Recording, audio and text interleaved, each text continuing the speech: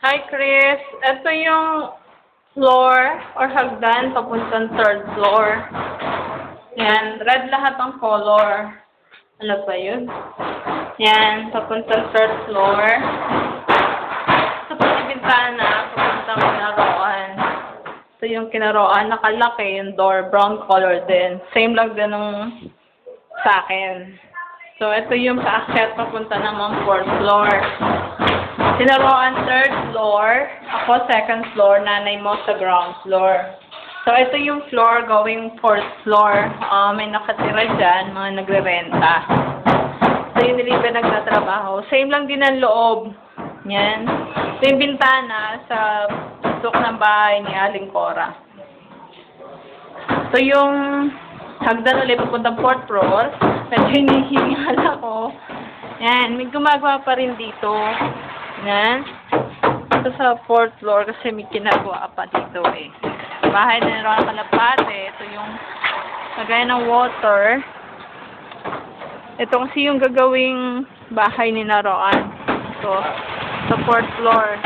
Yan. Dito na ako sa rooftop. Ginagawa pa lang yung magiging kwarto ni Naroan.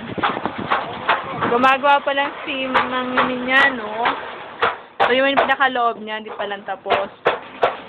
Nagiging pa lang. Ayan. Ito pa lang siya. Nagawa pa lang. Yes, ng totoy. Ayan. Higong pa lang. Ito pa lang yung mga papunta sa labas. Ayan.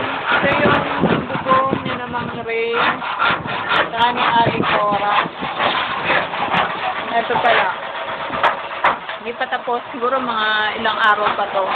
Para sinaroan, dito na lang sila sa rooftop. Tapos yung third floor, siguro parerentahan na lang para may income. Yan, ito. Dito. Yan yung anuhan ng tubig. Medyo magulo pa dito kasi nga ginagawa pa.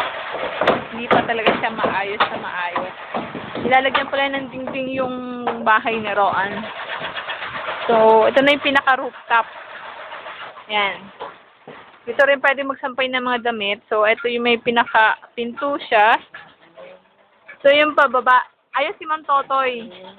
Kaway ka Mang Totoy. Wow. Si Mang Totoy yung gumagawa ng dingding ni Roan.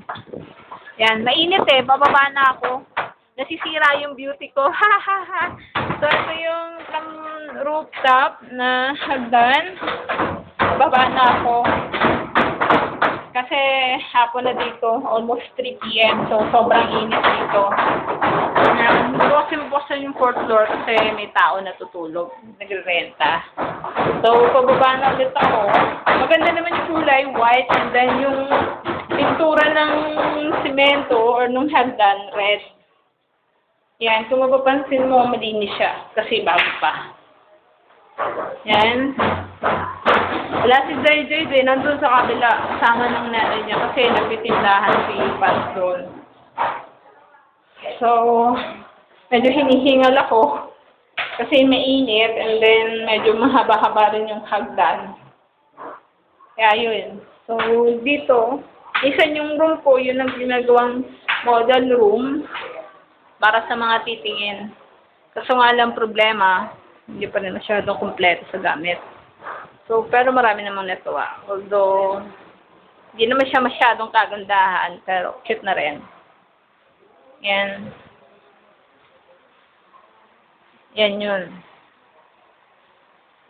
So, yung labas, yung susunod kong ibibideo. Yung pinaka from top hanggang sa baba. Yung pinaka-front talaga. So, as of now, end muna tayo dito. Tensya ka na minsan yung pagbibideo ko, bali-baliktad eh. Sige, ingat lagi. Bye.